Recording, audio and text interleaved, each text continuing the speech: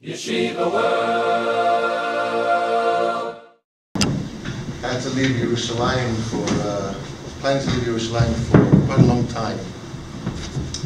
And the day before I left, I had my ticket ready to go, everything was packed up. Walked around Geula, walked around, and I didn't feel this feeling of like suddenly everything, you know that this time tomorrow you're not going to be here anymore. And yet everything's going to carry on. It's like a sort of feeling of, it's like in a movie where they kind of pull back a bit, like the camera kind of, and you start to get this sort of very detached feeling. Strange feeling of not quite being here anymore, like a 24-hour before departure zone kind of feeling. Do you know what I'm talking about? Everything's going to go on tomorrow, but I'm not going to be here. And I was thinking this is a very good mashal for El. Tonight's Selichos, Rosh Hashanah's bearing down on us with tremendous rapidity. And the person feels, is starting to, the feeling of El, anyway, the person should feel that a little bit transparent, like my kiyum is, my existence is in the balance. I'm on my way to a journey and I don't really know which of those two roads lead to.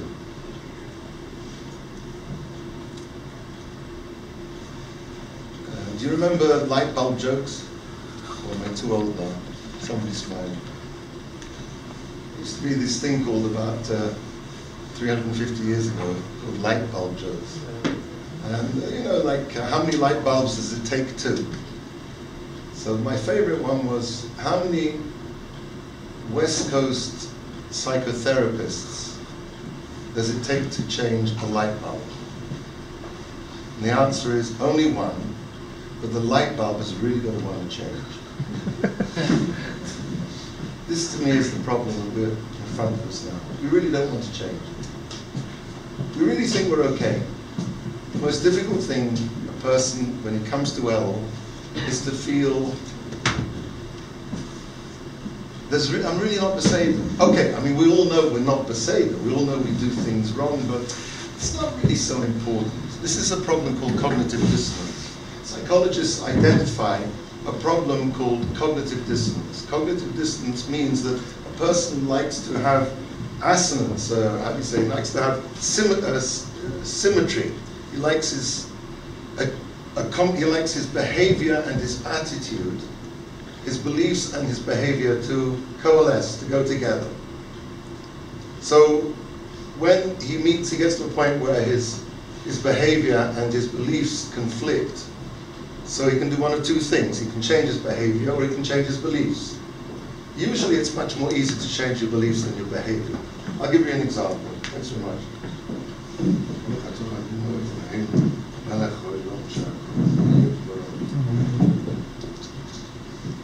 You buy a car.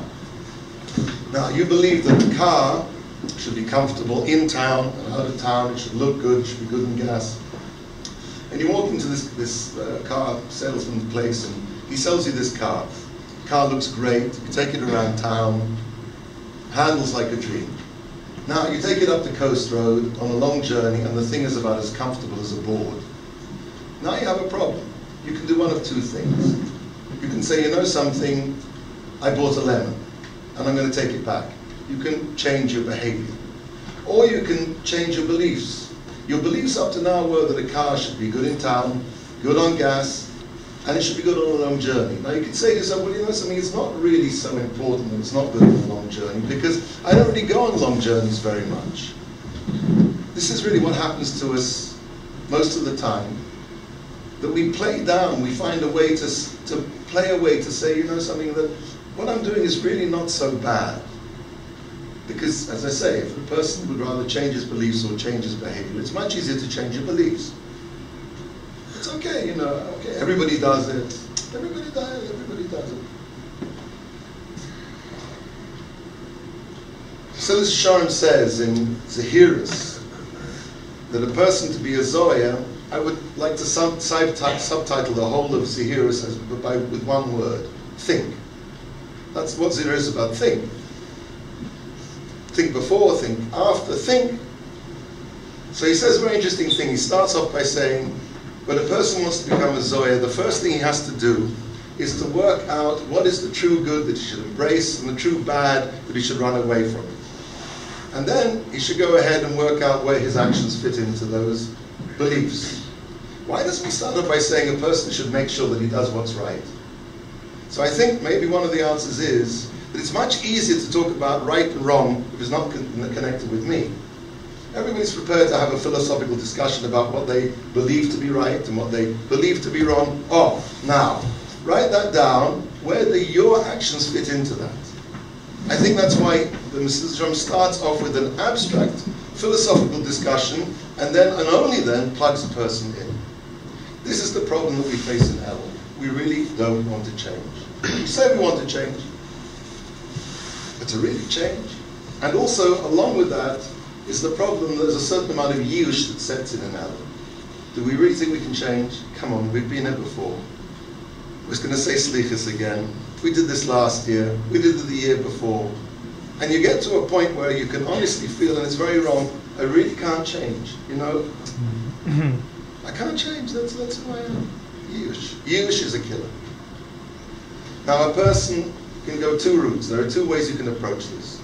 A person can try and change the things that he obviously feels, if he's honest with himself, could be changed. He can change a little bit. I can do this. If you go through a list of the things he feels he's not doing right, and, you know, think about it, maybe I could change here, maybe I could change there. But it's very difficult. And even if a person motivates himself with the thought of Onish, of Yiras Hashem, I was thinking to myself, you know, it's not so difficult this year to motivate ourselves. There was a younger man who was getting up to say Selichos this time last year, who is no longer with us. There was a younger man, a father of many children, who had his family destroyed last year. And we say to ourselves, yeah, but, you know, that's them. That doesn't happen to me. That doesn't happen to me. Chafetz Chaim said when you go to a Levoya, people believe there are two clubs here. Two clubs. There's the Livers Club and there's the Dyers Club. And I'm in the Livers Club. A person can shake himself up, and he should shake himself up. Just because you think to yourself, well, you know, look, I wasn't so good last year, and I got through Rosh Hashanah and Yom Kippur, I'm still here, and it's like, oh, I'll get through this time as well. I'll get through this time. I'll be okay. I'll be okay. In the back of your mind, you say this to yourself. You're so sure.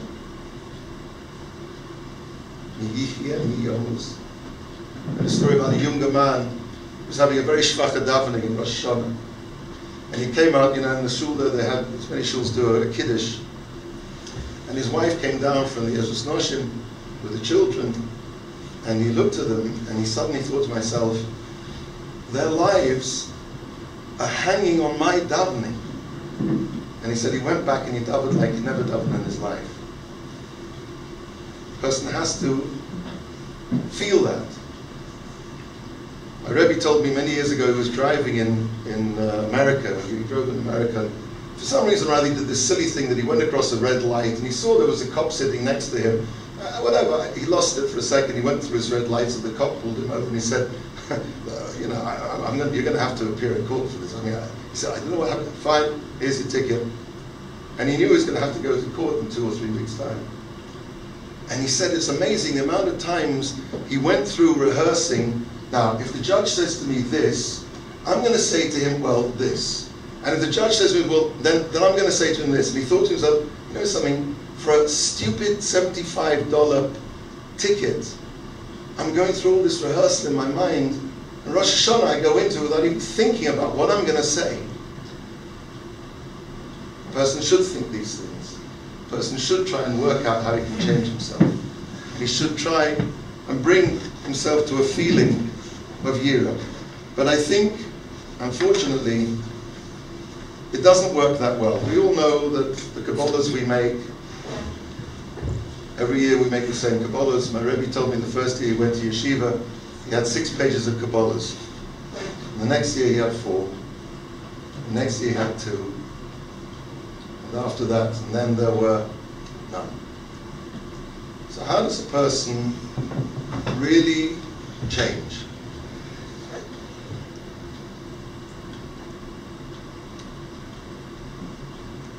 This is a mahalef that it's very difficult to achieve. I'm not going to say it's easy. But if you're successful, it will really change your life. A person has to realize that this is not my world. This is Hashem's world. I'm in Hashem's world. This is not my world. And though I go through my life believing this is my world, and I have my priorities, and I have my ruchnias, but really, this is Hashem's world. I'm a guest here. I'm a sojourner here. I'm a temporary visitor. Hashem made me, and He wants to have a relationship with me. He loves me. He cares about me. And because He cares about me, then I have to care about Him. He wants a relationship, and I'm obliged to have that relationship.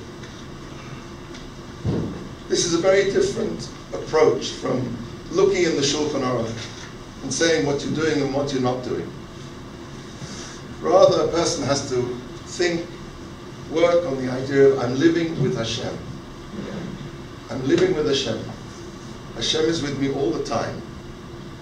And since I'm living with Him, I want to do what He wants me to do. After that, really, everything else is perish. Everything else, go learn. That's the rest of the Shulchan Aruch. The beginning of the Shulchan Aruch is Shavisi Hashem Negdi Sonim.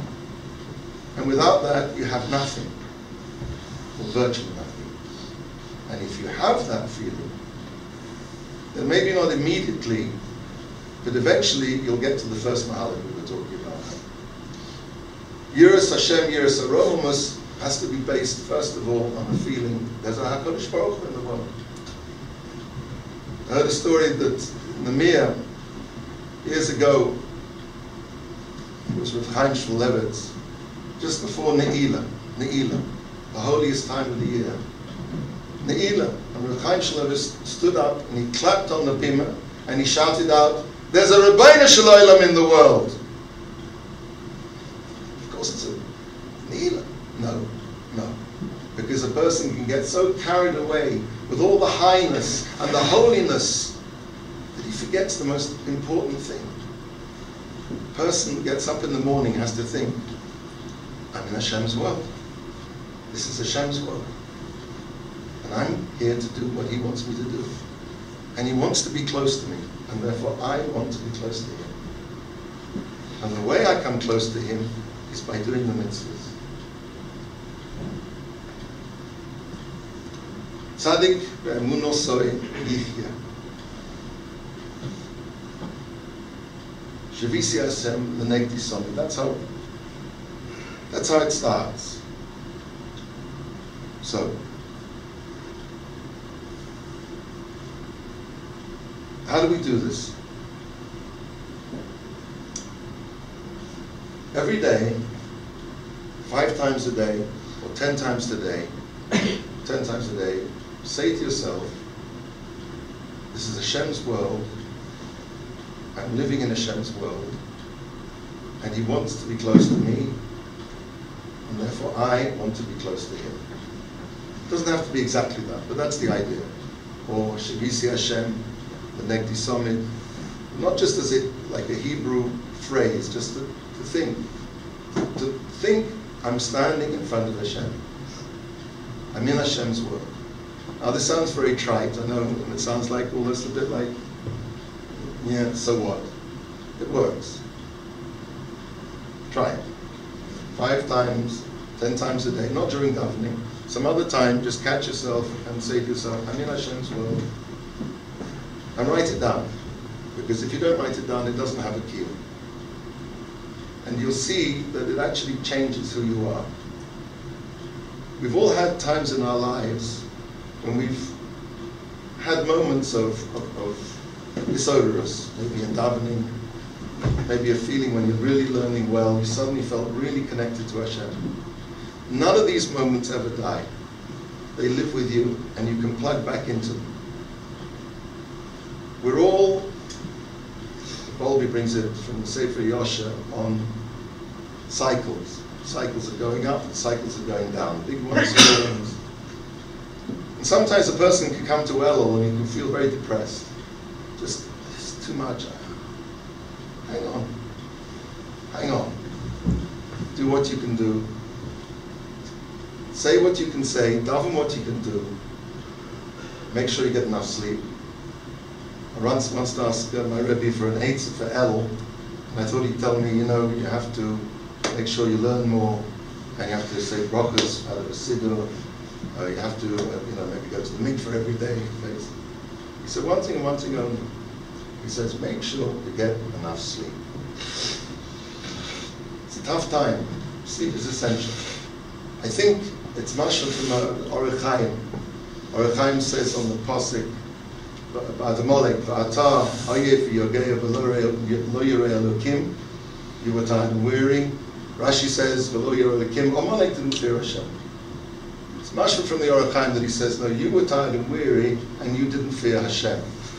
So I want to say that one of the first casualties of Yerushalayim, on the level that we really need during Elul, is not having enough sleep. 5 times, 10 times a day, I'm in Hashem's world. This is not my world. And it'll change your life. And if you feel that feeling once a week, once every 2 weeks, that is the beginning of a feeling of closeness to Hashem. And after that, everything else comes. Because eventually, if you go on with that, you'll get to the feeling of not wanting to do what Hashem doesn't want to do. And then very slowly comes a feeling of Yiras Hashem. I think Yiras Hashem is very difficult, abstractly, to think about punishments. It works for a short time. The long term is I have to build a relationship with Hashem. I really don't have a relationship with Hashem. Do I walk around, Shivisi Hashem Lenegdi Somit? Somit? Nobody does that. I certainly don't. Maybe there are people who do. But maybe once a day, twice a day. Just to stop and think. I'm in Hashem's world. This is His world. I finish with the story. There was a poetry competition. One more thing I want to say before I say that. It's also very important. The Rambam says that a person should have no musagim in any way physically of HaKadosh Baruch Hu. Chassid Yavid says that those Moranos who believe that Hashem is this king, literally, a king who sits on a throne with a scepter and a crown, they are bigger maiminim than all the philosophies. On a certain level, a person can get so lost with philosophy, so lost with that abstract idea of Hashem is Ein Sof. Ein Sof is something that you can't delve into. It's true. Selichos says when a person davens, he should think that he's talking to Hashem and Hashem is paying attention to him like a friend listens to his friend, and he's concerned. A person should try and take into his mind to think, to conjure up that, okay, you're not allowed to think that Hashem has a body. But you have to make Hashem kaviyachol, small enough that you can relate to him. If you become so abstract, then it's back to clapping on the bima. There's a Rabbi Shalom in the world. Each of us have to make a relationship with Hashem in a real way, that He's not an abstract entity. Kodesh Baruch Hu should help. I'll just finish with this story. There was a poetry competition in London, and the poetry competition, the last part of this poetry competition was to read in English what they call "The Lord is my shepherd," Psalm 23. The Lord is my shepherd, I shall not want, etc., etc. So this young fellow was doing very, very well. And he went up and he said, the Lord is my shepherd. He recited this poem. And like the audience sort of fell into this huge torrent of applause. He did it so brilliantly. It was quite obvious who won the prize. And they called him up and they gave him the prize. And he went and sat down. And as he was sitting down, and people were just about to leave, this little Jewish fellow comes up to the stage and he says, judges, would you mind if maybe I could just give my rendition of the Lord is my shepherd? So everybody looks a little bit and goes, okay. So he comes up to the microphone, this little fellow. He starts to recite the poem. The audience goes very quiet. And then everybody starts to cry. He comes to the end of the poem. He says, thank you very much. He walks out of the theatre.